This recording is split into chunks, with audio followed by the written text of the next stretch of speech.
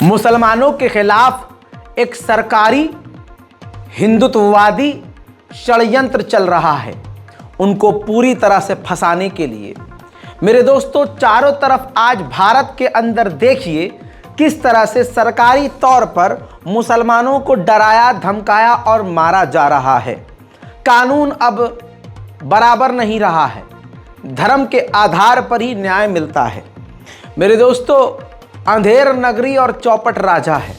ताज़ा तरीन जानकारी ये कि एक मुस्लिम युवक ने हमारे माननीय योगी आदित्यनाथ जी को और एसटीएफ के चीफ को बम से उड़ाने की धमकी दी, जिसके बाद सोचिए भारत का कौन सा ये ऐसा मुसलमान है जिसके अंदर इतना दम आ गया कि एसटीएफ के हेड को और हमारे प्रिय प्यारे दिल के करीब माननीय योगी आदित्यनाथ को मारने की धमकी दे दे।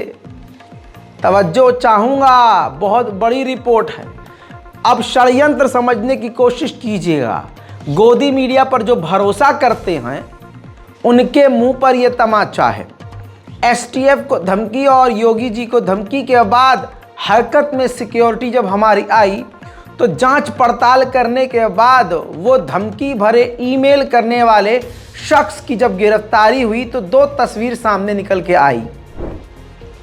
इन दोनों लौंडों को आप ध्यान से देख और पहचान लीजिए। एक का नाम है ताहर सिंह और एक का नाम है ओम प्रकाश मिश्र। इन दोनों ने जुबैर खान नाम से एक फर्जी ईमेल आईडी बनाकर राम मंदिर, यूपी के माननीय सीएम योगी आदित्यनाथ और एसटीएफ के चीफ को बम से उड़ाने की धमकी भेजी थी।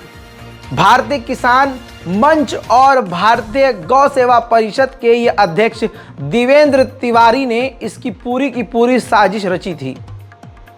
दोनों को गिरफ्तार कर लिया गया है एसटीएफ के द्वारा। अब सवाल यह है कि क्या योगी आदित्यनाथ जी का वो जो बिल्डोजर है इनके ऊपर चलेगा? क्या इनके ऊपर यूएपीए लगेगा? क्या इनको स्टेट का आतंकवादी या देश का आतंकवादी घोषित किया जाएगा? भैया, राम मंदिर को उड़ाने की धमकी दी, हमारे योगी आदित्यनाथ को मारने की धमकी दी, कोई हलवा है क्या? जी हाँ, अब ये हलवा है क्योंकि दोनों हिंदू हैं, दोनों सनातनी हैं, दोनों हिंदू धर्म से बिलोंग करते हैं, तो इनके ऊपर कार्रवाई नहीं होगी। हालांकि गिरफ्तारी हो गई है, लेकिन यूएपीए का जहां तक सवाल है वो नहीं लगेगा, भले ही दोनों ने राम मंदिर को उड़ाने की धमकी दी हो। जुबैर खान का नाम इस्तेमाल करके, एक मुस्लिम नाम इस्तेमाल करके जिस तरह से इन्होंने मुसलमान को निशाना बनाया और जिस तरह से मुसलमानों को बदनाम करने की कोशिश की और जिस तरह से गोदी मीडिया में शांति है, योगी आदित्यनाथ जी की तरफ से कोई बयान नहीं है और ना ही हिंदू संगठनों की तरफ से कोई बयान है, साफ जाहिर है ये सरकारी षड्यंत्र है मुसलमानों को बदनाम करने के लिए। अब ज़्यादा से ज़्यादा इस रिपोर्ट को इसलिए शेयर कीजिएगा क्योंकि ज़्यादातर केसेस यही हैं। आतंकवादी दूसरे संगठन के होते हैं, दूसरे समुदाय के होते हैं, लेकिन बदनाम मुसलमान को कर दिया जाता है और ये पूरे प्लानिंग के तहत हो रहा है।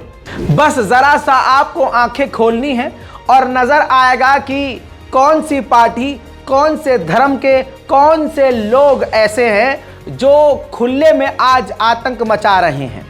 जो पार्टी बेटी बचाओ बेटी पढ़ाओ का नारा देती है, वही पार्टी तिलक लगाकर हमारी नहीं बल्कि अपनी ही बहन बेटियों का बलात्कार कर रही है। हमारी तो छोड़ दीजिए, उनका तो अलल ऐलान है कि हम मुसलमान बेटियों का बलात्कार करेंगे और कोई उखाड़ कुछ नहीं पाएगा हमारा। ये हिंदू संगठन का संकल्प है, उस पर हम बाद में आएंगे। दैनिक भास्कर के सोर्स से ज़रा खुद ही अपनी आंखों से ये खबर को पढ़ लीजिए। वाराणसी में जो बलात्कार हुआ है, खबर आप तक मिल गई होगी। बता दूं कि दुष्कर्म के बाद, गैंगरेप करने के बाद तीनों ने मध्य प्रदेश चुनाव में प्रचार किया, भाजपा की बैठक में गए। जो बलात्कारी थे वो बीजेपी के आईटी सेल के थे और एक बंदा तो विश्व हिंदू परिषद में काम करने वाला था और विश्व हिंदू युवा वाहिनी में भी रहा है। यानी हिंदू संगठन से जुड़े हुए वो लोग रहे हैं। दोस्तों आपको बता दूं कि सीसीटीवी फुटेज से खुलासा हुआ है, फिलहाल ये गिरफ्तार हो चुके हैं, लेकिन आपको बता दूं कि पहचान तो 5वें दिन हो गई, लेकिन गिरफ्तारी में 60 दिन लगा दिए। अब वो 60 दिन क्यों लगे हैं ये गोदी मीडिया आपको बताएगा नहीं, लेकिन ये गोदी मीडिया का बाप आपको बताएगा। बस ये तस्वीर जरा ध्यान से देखिए, ये तीनों बलात्कारी हैं। एक कुणाल पांडे है, सक्षम पटेल है, आनंद है, अभिषेक चौहान। ये तीनों बीजेपी आईटी सेल के थे। जी हाँ, जो ट्विटर पर, सोशल मीडिया पर मुसलमानों को गालियां बकते हैं, भगवान श्री राम का डीपी और वॉलपेपर लगाते हैं और बड़े बड़े स्लोगन लिखते हैं और संस्कृत का आचरण करते हैं। दोस्तों ये वही है। अब इनकी गिरफ्तारी इतने लंबे समय में क्यों हुई है? अब अगला ये देखिए, ये है बीजेपी पार्टी। जी हाँ, महिलाओं की बात करने वाली झूठों की रानी स्मृति ईरानी, प्रधानमंत्री माननीय नरेंद्र मोदी, उनके साथ ये तस्वीर, माननीय योगी आदित्यनाथ के साथ ये तस्वीर, बीजेपी पार्टी के अध्यक्ष, जी हाँ, उनके साथ इन तीनों बलात्कारियों की तस्वीर आपके सामने है। इतने कम समय में पूरी तरह से खुला खुला एक्सपोज कर दिया है मैंने कि आखिर इनको इतने लंबे समय में गिरफ्तार क्यों किया गया। बीजेपी पार्टी से जुड़े हुए और खासकर बीजेपी के आईटी सेल के मेंबर होने के नाते इनके पास लाइसेंस था, ये किसी भी लड़की का बलात्कार कर सकते हैं, सो इन्होंने किया। इनका भौकाल इतना ज्यादा था कि उत्तर प्रदेश पुलिस, जो ठोको वाली पुलिस है, कुछ इनका उखाड़ नहीं पाई और 60 दिन में गिरफ्तारी हुई। वो भी तब ये जब मामला लोकल मीडिया चैनल पर सामने आया। गोदी मीडिया ने इस पर कोई सवाल नहीं उठाया, गोदी मीडिया ने बाद में बोलना शुरू किया। बहरहाल बलात्कार से पीड़ित महिला के घर वालों ने बताया कि बहुत मिन्नत समाजत और कोशिशों के बाद एफआईआर दर्ज हुई। दोस्तों महिला एवं बाल विकास मंत्री स्मृति ईरानी के साथ बलात्कारी, वाह, मुस्कुराता चेहरा। हालांकि भारतीय जनता पार्टी हमेशा पल्ला झाड़ लेती है, लेकिन आपको बता दूं कि यही बीजेपी की सच्चाई है। इन बलात्कारियों को गिरफ्तार होने में इतना समय क्यों लगा और इनके घर पर बिल्डोजर क्यों नहीं चला? और ना बिल्डोजर चलेगा, ना इनके घरों की कुर्की होगी, ना इनकी प्रॉपर्टी जब्त की जाएंगी, ना ठोको वाला काम होगा, ना गाड़ी पलटेगी। पता है क्यों?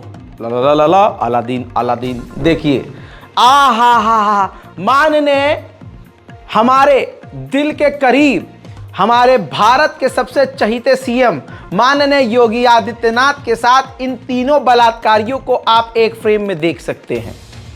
100 की सीधी। अब समझ में आया इनके पास लाइसेंस क्यों था बलात्कार करने का। पूरी प्लानिंग के तहत हिंदू संगठन हिंदुओं को भड़का रहे हैं, हथियार उनके हाथ में दे रहे हैं, रोज उनको जहर पिला रहे हैं। और फिर होता क्या है, मुसलमानों की अलग अलग जगह मॉब लिंचिंग हो जाती है, या फिर युवा क्या करते हैं, इसी तरह से मुसलमान नाम से क्राइम करते हैं ताकि मुसलमान बदनाम हो सके। फिर बाद में इन्वेस्टिगेशन में वो फंसते हैं और वो क्रिमिनल हो जाते हैं और उनकी ज़िंदगी बर्बाद हो जाती है। बेरोज़गार वो पहले से थे, अब वो क्रिमिनल भी हो जाते हैं, लेकिन ये बात उनको समझ में नहीं आती। मैं आपका ध्यान अब हिमाचल प्रदेश की तरफ ले चलूँगा। हिमाचल प्रदेश में हिंदू संगठनों के द्वारा एक सभा ऑर्गेनाइज की गई, जहरीली सभा ऑर्गेनाइज की गई और उसमें आतंकी बयान दिए गए, विवादित बयान दिए गए। कहा गया कि मुसलमान 1400 साल से यहाँ मौजूद हैं, लगातार वो हमला करते आए हैं, उनका इतिहास उठाकर चाहे देख लो। मुसलमानों के खिलाफ हथियार उठाने की, मुसलमानों पर हमला करने की और तमाम बेसलेस बातों को मुद्दा बनाकर मुसलमानों के खिलाफ जहर उगला गया। लेकिन तवज्जो यहाँ होनी चाहिए, ध्यान आपका यहाँ होना चाहिए। जब आप ये वीडियो देखेंगे तो उस सभा के अंदर स्कूल के बच्चों को, स्कूल की लड़कियों को, यानी 7वीं 8वीं 9वीं 10वीं 11वीं क्लास के बच्चों तक को जो स्कूल की ड्रेस में हैं, स्कूल बंद करवा के उनको वहां से उठा कर लाया गया है और उनके दिलो दिमाग में जहर भरा जा रहा है। और मोदी जी मज़े से इन तमाम चीज़ों को इग्नोर कर रहे हैं। मेरे देश के प्रधानमंत्री मोदी जी की पावर में इतनी जानता हूं कि मोदी जी को देश के किस कोने में कौन सा परिंदा कब आकर क्या करके जा रहा है सब पता है, मैं ये मानता हूं। तो ये क्यों नहीं मानूं कि मोदी जी को ये सब नहीं दिख रहा? दिख रहा है, लेकिन चुपचाप हैं, क्योंकि मोदी जी को इस नफरत से बड़ा फायदा है। ये एक सवाल है और असल में ये पूछता है भारत। अब देखिए वीडियो। संस्कारों को कि यदि हमारे धर्म में कहा गया है ना हमें बताया गया कि भी यदि आपकी बहन बेटी के ऊपर अगर कोई कुदृष्टि डाले तो उसका दंड क्या होना चाहिए, गौ हत्या यदि करता है कोई उसका दंड क्या होना चाहिए, तुम्हारे राष्ट्र के ऊपर आघात कोई करता है उसका दंड क्या होना चाहिए। लेकिन आपको पता ही नहीं है तो आप उसका अनुसरण करेंगे कैसे जब आपने अपने धर्म ग्रंथों को पढ़ना छोड़ दिया। 1400 वर्षों से आक्रमण हो रहे हैं, एक पिशाचक मानसिकता भारत की संस्कृति को निगलने के लिए आतुर है और हम खो चुके हैं, बहुत सा भूभाग अपना खो चुके हैं। हमने सब कुछ नहीं खोया है, भूभाग खोया है। आज भी जितना हमारे पास बचा है भारत भूखंड के रूप में, इतना ही नहीं, प्रशासन की मौजूदगी में भारत की राजधानी में, वो भी दिल्ली में, राजधानी दिल्ली में, किशनगंज दिल्ली के इलाके में जो हिंदू संगठन है उन्होंने खुला खुला काशी की मस्जिद को तोड़ने की धमकी दी और माइक से ऐलान किया कि वो जैसे उन्होंने 6 दिसंबर को बाबरी मस्जिद का तिया पाचा किया था वैसे ही तुम्हारी इस मस्जिद को भी बर्बाद कर देंगे। ये रामलला की जगह है, ये हमें चाहिए, अगर तुम भाईचारा चाहते हो तो ये जगह छोड़ दो। यानी भाईचारा चाहिए तो छोड़ दो वरना हम तुम्हारा कत्लेआम कर देंगे। स्पीच के शुरुआत में ही उन्होंने हथियार भी दिखाया है, त्रिशूल भी दिखाया है। लेकिन ये सोशल मीडिया पे वीडियो मौजूद होने के बाद भी दिल्ली पुलिस हो, सरकार हो, सुप्रीम कोर्ट हो, हाई कोर्ट हो, न्यायाधीश हो, सबके मुंह पर चुप्पी है। साफ जाहिर है कि मुसलमानों का जेनोसाइड करने की चारों तरफ से तैयारी चल रही है। महाराज जी ने शस्त्रों की बात कर दी तो हम शस्त्र भी लेके आए हैं, त्रिशूल लेके आए भोले बाबा का।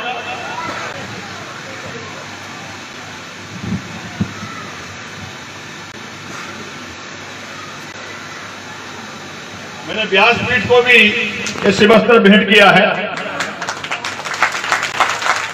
मक्खी हमने कोर्ट में केस डाला है। मैंने मथुरा कोर्ट जाकर के जो मुल्ला मौलवी जिन्होंने ईदगाह बनाई है उनको हमने खुला कहा है कि अगर तुम मुसलमान समाज के लोग हिंदुओं के साथ भाईचारा चाहते हो तो हमारा ये कृष्ण जन्मभूमि स्थान दे दो। ये वही स्थान है, ये वही कारागार है जहां मेरे बाल कृष्ण जी ने जन्म लिया था। वहां पे मेरा नाम जय भगवान गोयल है, हम वही हैं जिन्होंने 6 दिसंबर को तुम्हारी बाबरी का तिया पाचा कर दिया था। यहां भी ऐसा कर देंगे। आज दोस्तों ऐसे ही आतंकवादी बयानात के बाद हो क्या रहा है, यही जो इन सभा में बैठते हैं वो अकेले मुसलमान को पाकर सुअरों की झुंड की तरह उन पर टूट जाते हैं। बिहार के नवादा में ये 3-4 दिन पहले का मामला है, लेकिन आपको बता रहा हूं कि ये चल कैसे रहा है सब कुछ। ये पूरी एक साइकिल है। मुसलमान युवक और मुसलमान एक व्यक्ति टोपी और दाढ़ी वाला, कुर्ते पजामे वाला बाइक से गुजर रहा था तो आपको बता दूं कि सुअरों के झुंड ने उन्हें घेर लिया। रिपोर्ट के अनुसार वो जो टोपी और दाढ़ी वाला व्यक्ति था वो लोकल मस्जिद के इमाम थे। उनके साथ मारपीट की गई और ये सब जानबूझ के होने दिया जा रहा है।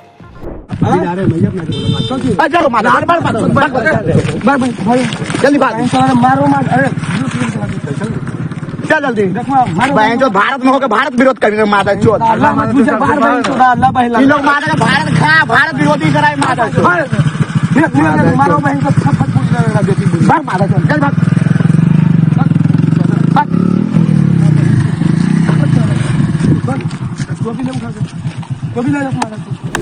दोस्तों पूरी प्लानिंग से इसी तरह से मुसलमानों को एक एक करके मॉब लिंचिंग करके मारा जा रहा है। हमारी मसाजिद, हमारी मज़ारों, हमारी ज़मीनों को हमसे छीना जा रहा है, लेकिन मुसलमान कम्युनिटी बेचारी कुछ कर नहीं सकती।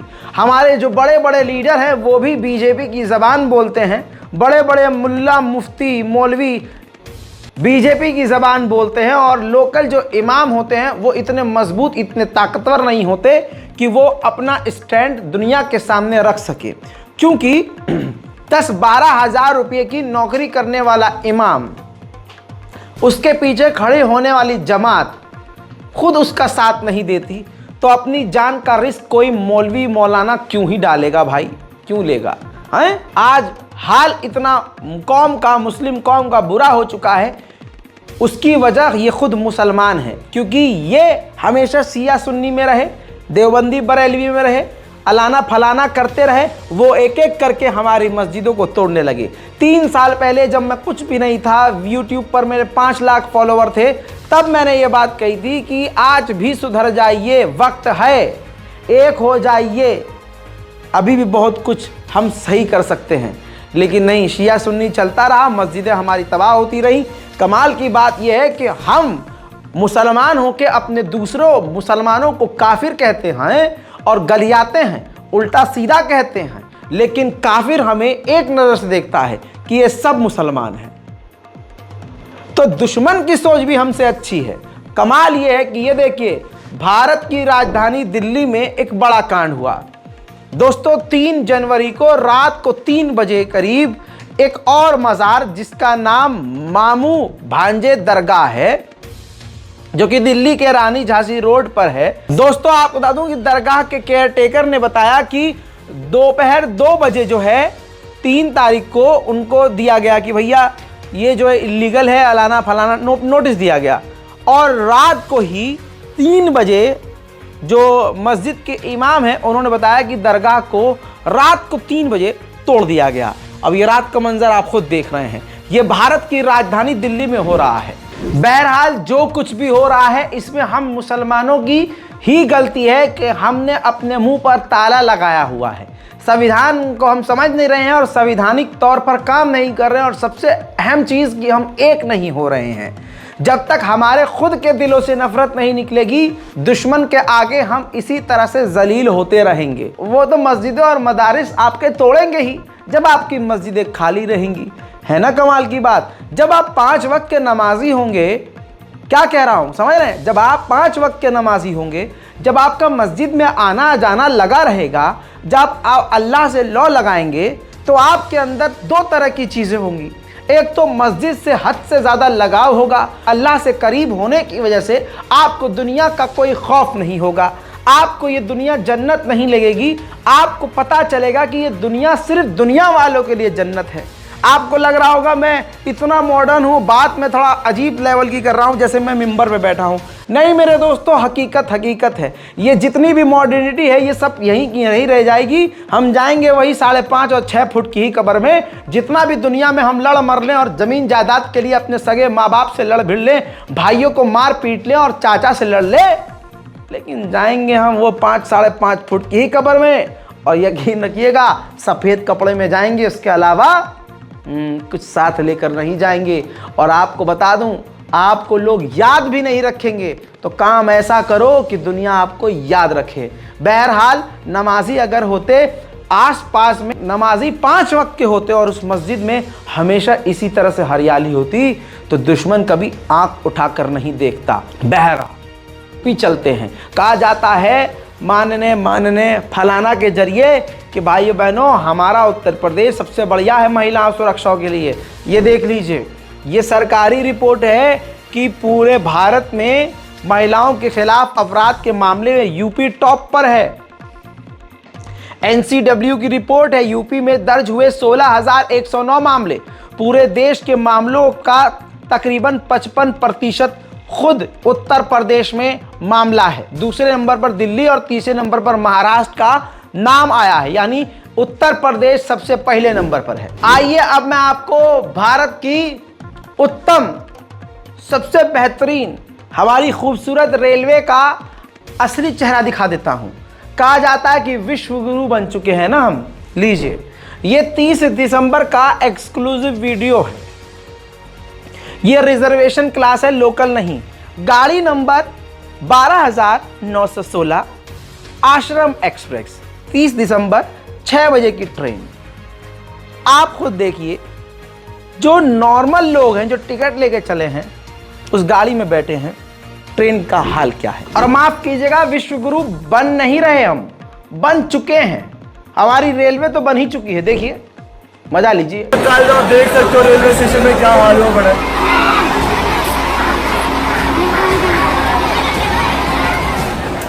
ये देखो, नेक्स्ट दीदी भी अंदर, सब अंदर। ओ यार, ये बढ़िया, अच्छा है।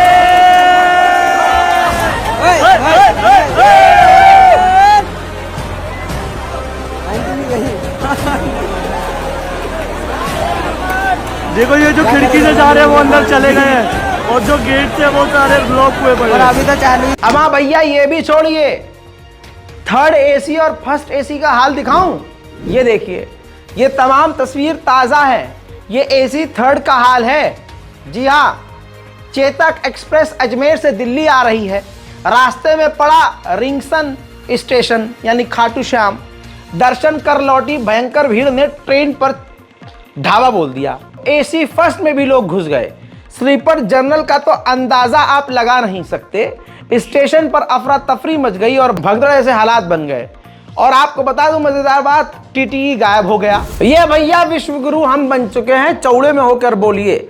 दूसरी तरफ एक पेशाब के नशे और गू के नशे में भीड़ होती है जो सोशल मीडिया पर मुसलमानों को टारगेट करती है। जैसे इस जहरीले दंगाई ने एक वीडियो दरगाह अजमेर शरीफ का शेयर किया, जिसमें उसने दिखाया कि भैया खाना बन रहा है, तबरुक बन रहा है और बड़ी सी देख में एक बंदा सीढ़ी लगा के उतरा हुआ है।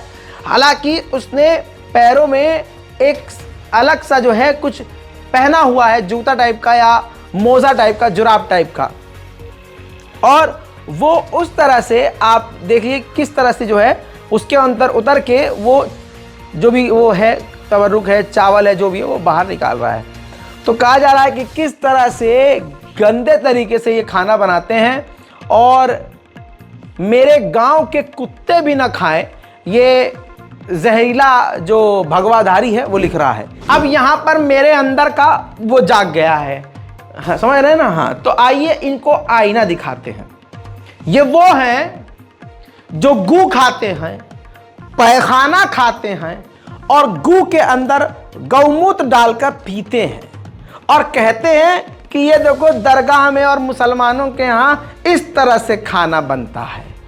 दिखाएं आड़ भक्तों, तुम्हारे आज भारी कर देंगे हम। देखो, गौ का गोबर, गौ का मूत्र, गौ का दूध, गौ की दूध की दही और उसी का घृत, समझ गए? गौ का ही घी होना चाहिए। इन पांचों को जब आप मिला देंगे तो ये होगा पंचगव्य, दोनों पांचों मिलेंगे। कई लोग तो नाक मुंह सकोड़ रहे, पता महाराज आप घी गोबर में मिलवा रहे हो, हम नहीं मिलवा रहे हैं, वेद मिलवा रहा है। हमारे हाथों में कछु नहीं, हम पे आप थोड़ी मिला रहे हैं। पंचगव्य सब हाइजीन की बात कर रहे थे ना। आइए ये देखिए, चूहा, ध्यान से देखिए, चूहा उसी जहां लड्डू बना रहे चूहा उसमें लौट रहा। चूहे से कितनी खतरनाक प्लेग तक की बीमारी होती है। इतिहास गवाह है कि बड़े बड़े देश चूहे से परेशान हुए और बड़ी बड़ी बीमारी साइंस कहता है कि चूहे से फैलती है। इसके अलावा दूसरी तस्वीर देखिए, आय हाय,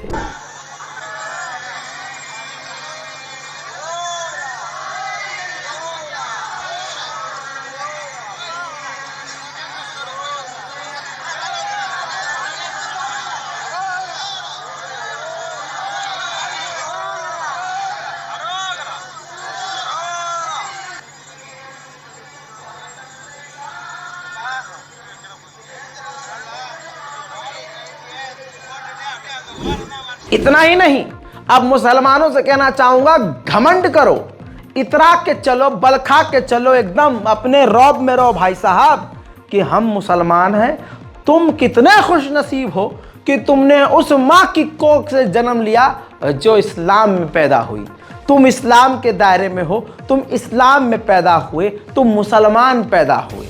आप समझ रहे हैं?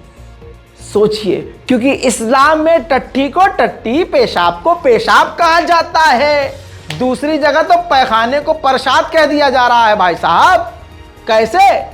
अब देखिए मुसलमान कितना, भाई मुसलमानों का खाना, मुसलमानों का रहन सहन पूरी दुनिया में फेमस है यार। आप समझ रहे हो? अब हम खाते हैं शामी कबाब। अब शामी कबाब हम खाते हैं, अब वो बेचारे खा नहीं सकते क्योंकि उनके पिताजी ने कह दिया है कि भाइयों बहनों ये हाँ हराम खाओ, हलाल मत खाओ। और गू में ये होता है और गू में ये, क्योंकि उनका बाप उनको दे नहीं सकता कुछ, न रोजगार दे सकता है, न खाना पानी दे सकता है, तो क्या बोलेगा कि गू खाओ। एक वक्त था कि डायलॉग हुआ करता था, गुस्से में लोग कहते भाई चल गू खा जाके। तो उनके वाले ने प्यार से कह दिया गू खाओ, तो इन्होंने गू खाना शुरू कर दिया। फॉर एग्जाम्पल ये देखिए, हम शामी कबाब खाते हैं और ये देखिए कबाब किसका बना रहे हैं। गाय के पिछवाड़े से जैसे ही गू निकला, बाप बेटे दोनों पगला गए कि आहा, जैसे कि पता नहीं कौन सी नेमत निकली है? और तुरंत इन्होंने अपना पैखाना उसका जो है गाय का इकट्ठा किया।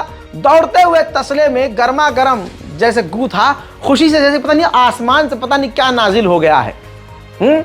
गाय के पिछवाड़े से कोई चीज निकली है, लेकिन ऐसे पगलाए हैं कि पता नहीं क्या निकला है। बाप बेटे और भाई, दो भाई और बाप तुरंत जाते हैं तसले में जो है उसको पीसा जाता है, उसको पूरा एकदम गूंदा जाता है। गूंदने के बाद भाई साहब कमाल की बात यह है, उसमें नमक मिर्च मसाला डाला जा रहा है। किसमें? यह गोबर है, टट्टी है, टट्टी, TATTI, टट्टी।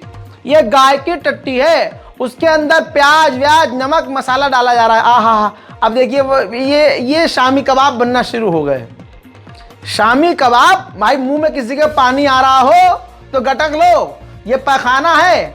अब देखिए शामी कबाब बन गए, और कबाब बनने के बाद आए हाय क्या कबाब बने हैं, काले काले कबाब। और काले काले कबाब बनने के बाद इन्होंने जो खाया है उसे, आहा, तुम मुसलमानों फख्र करो, तुम हलाल खा रहे हो, वो गू खा रहे हैं। अबे हम जायज खा रहे हैं, वो पैखाना और पेशाब खा रहे हैं। हमें बताने की किसी को जरूरत नहीं है। इस्लाम की खूबसूरती क्या है? इस्लाम की खूबसूरती सिर्फ बेसिक चीज समझ लीजिए, टट्टी को टट्टी, नजिस को नजिस, पेशाब को पेशाब, हराम को हराम कहा गया है। और उधर न नजिस न हराम न नपा, कुछ नहीं, वहां तो टट्टी भी खा लो। शामी कबाब खाने का मन कर रहा है, ना ना ना ना, टट्टी से शामी कबाब बनाओ, उसे खाओ। जूस पीने का मन कर रहा है, पेशाब पियो। तो भाई अगर आप मुसलमानों को निशाना बना रहे हो तो अपना भी फाड़ कर गरीबान झांको और सूंघो कि पसीनों से भी गाय के पेशाब और गाय के गू की बदबू आएगी, क्योंकि तुम खा वो रहे हो। रिपोर्ट को शेयर कीजिए, मजा लीजिए, भारत के हक के लिए काम कीजिए, एकता के लिए काम कीजिए, लोगों को जोड़ने का काम कीजिए, प्यार बांटने का काम कीजिए। जय हिंद।